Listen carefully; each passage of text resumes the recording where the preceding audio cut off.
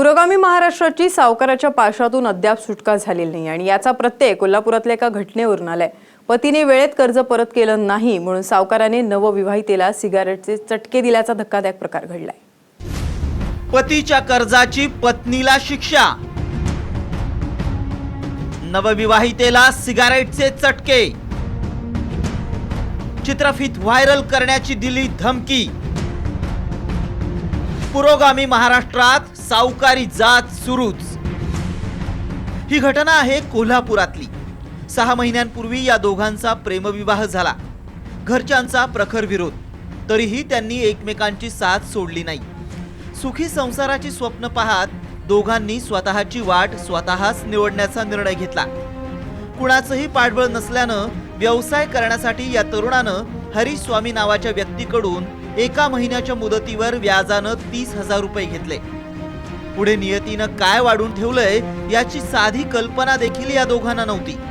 होतं नव्हतं ते सोनं नाणं विकून त्यांनी सावकाराचं कर्ज फेडलं, पण व्याजासाठी सावकाराचा तगादा सुरूच होता आणि याचाच गैरफायदा घेत हरीश स्वामीनं सुरू केला सावकारी अत्याचार।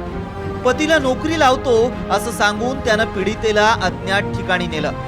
दारू पिऊन तिच्यावर अत्याचार केला। तिनं विरोध केला तर सिगारेटचे चटके दिले। व्हिडिओ व्हायरल करण्याची धमकीही दिली।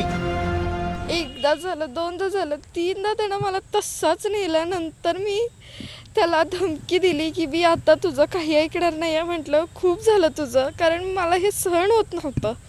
व तसं झाल्यावरती त्याचे तिथं 2 मित्र आले, सद्दाम मुल्ला आणि आशिष पाटील, आणि ते म्हटले की आमच्याकडे तुझी व्हिडिओ क्लिप आहे, ती तुझी दाखवणार आम्ही सगळ्यांना। आम्हाला मारहाण करण्यात आली।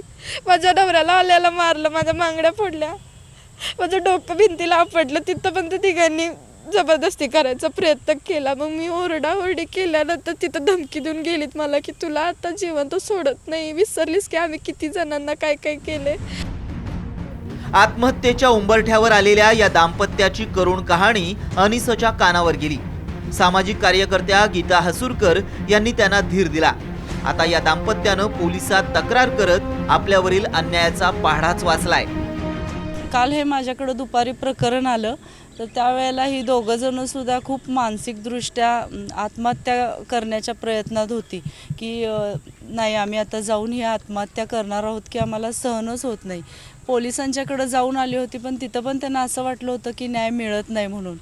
पण ज्या वेळेला त्यांना विश्वास दिला की असं काही नसतं, की आपण तिथंपर्यंत पोचलेलो नसतो, त्याच्यामुळं थोडंसं आपण कुठंतरी कमी पडतो।